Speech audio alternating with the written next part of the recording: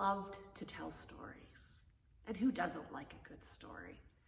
And so I thought we are going to begin by sharing weekly stories, everyday stories that you can pick up at your library and relate them to a story that Jesus tells.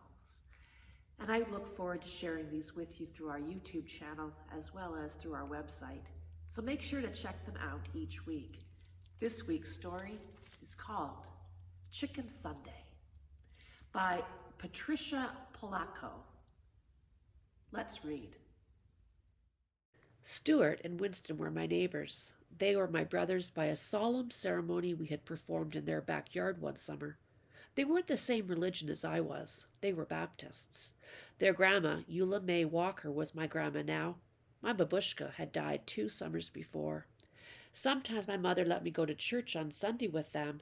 How we loved to hear Miss Eula sing. She had a voice like slow thunder and sweet rain. We'd walk to church and back. She'd take my hand as we crossed College Avenue. Even though we've been churching up like decent folks ought to, she'd say, I don't want you to step in front of one of those too fast cars. You'll be as flat as a hen's tongue. She squeezed my hand. When we passed Mr. Kadinsky's hat shop, Miss Eula would always stop and look in the window at the wonderful hats. Then she'd sigh, and we'd walk on.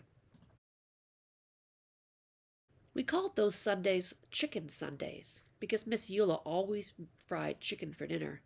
There'd be collard greens with bacon, a big pot of hoppin' John, corn on the cob, and fried spoon bread. One Sunday at the table we watched her paper fan flutter back and forth, pulling moist chicken fried air along with it. She took a deep breath. Her skin glowed as she smiled. Then she told us something we already knew. That Easter bonnet in Mr. Kadinsky's window was the most beautiful I ever did see, she said thoughtfully. The 3 of us exchanged looks. We wanted to get her that hat more than anything in the world. Stuart reached into the hole in the trunk of our wish tree in the backyard. He pulled out a rusty Band-Aid tin. The 3 of us held our breath as we counted the money inside that we had been saving for weeks. If we are going to get the hat for Miss Eula in time for Easter, we are going to need a lot more than this, I announced. Maybe we should ask Mr. Kadinsky if we could sweep up his shop or something to earn the rest of the money, Stuart said. I don't know, Winnie said fearfully. He's such a strange old man. He never smiles at anyone. He always looks so mean. We all agreed that it was worth a try anyway. The next day we took a shortcut down the alley in back of the hat shop. Bigger boys were there. They were yelling. Eggs flew past us and pelted Mr. Kadinsky's back door. Just as the boys ran away, the door flew open. Mr. Kadinsky glared straight at us. You there, he yelled. Why do you kids do things like this? It wasn't us, Stuart tried to stay, but Mr. Kadinsky wouldn't listen to us. All I want to do is live my life in peace. I'm calling your grandmother, he shouted as he wagged his finger in Stuart's face. Miss Eula was waiting in her living room for us. Miss Eula, we didn't throw those eggs, I sobbed. Some big boys did it, Stuart sputtered. What were you doing at the back of his shop in the first place, she asked. We knew that we couldn't tell her the truth, so we just stood there and cried.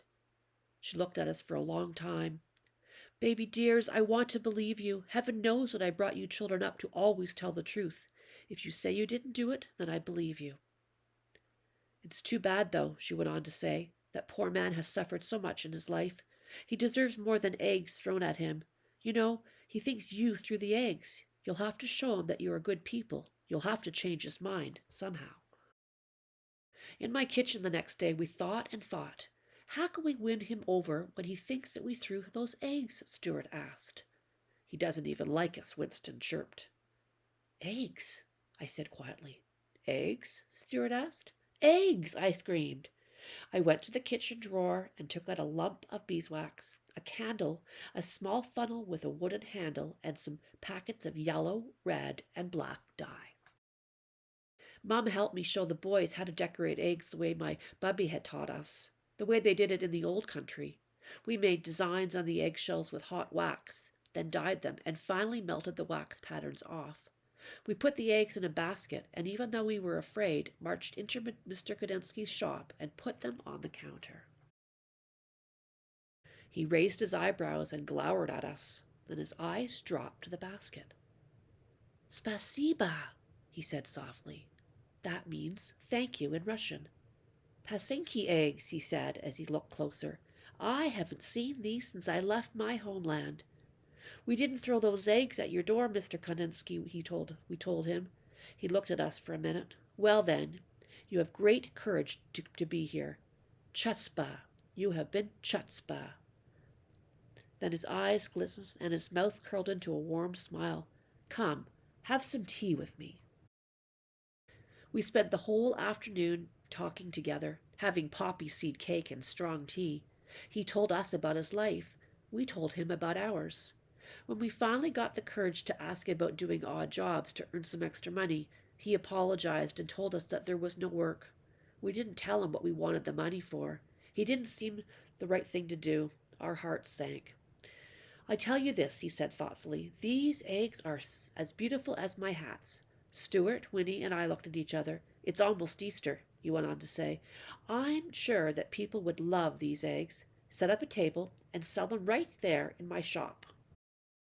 For the next few days we worked very hard. We made almost a dozen Pazinki eggs. When people came in, they picked them up and said things like beautiful, splendid, intricate, glorious. We sold them all in a single day. That afternoon, when all the eggs were gone, we counted our money. We had more than enough for the hat. Just as we were about to tell Mr. Kodinsky that we wanted to buy the hat, he came out from the back room holding a beautiful hat box, gift-wrapped. Keep your money, children, he said. I have seen Miss Eula admire this. It is for her, isn't it? Tell her that I know you are very good children, such good children. When Easter Sunday arrived, we thought our hearts would burst when we watched Miss Eula open the hat box.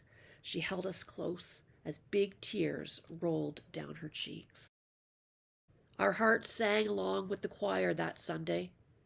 She looked so beautiful in that hat. When it was time for her solo, we knew that she was singing just for us. Her voice was like slow thunder and sweet rain. Later that day, as Miss Eula sat at the head of the table, she said, Oh, baby dears, I can die happy now. And after I'm dead on chicken Sundays, I want you to boil up some chicken, bones, gravy and all, and pour it over my grave. So late at night, when I'm hungry, I can reach right out and have me some. Then she rolled her head back and laughed from a deep, holy place inside. Winston, Stuart, and I are grown up now. Our old neighborhood has changed some, yet it's still familiar too. The freeway rumbles over the spot where Mr. Kodinsky's shop once stood. I think of him often and his glorious hats.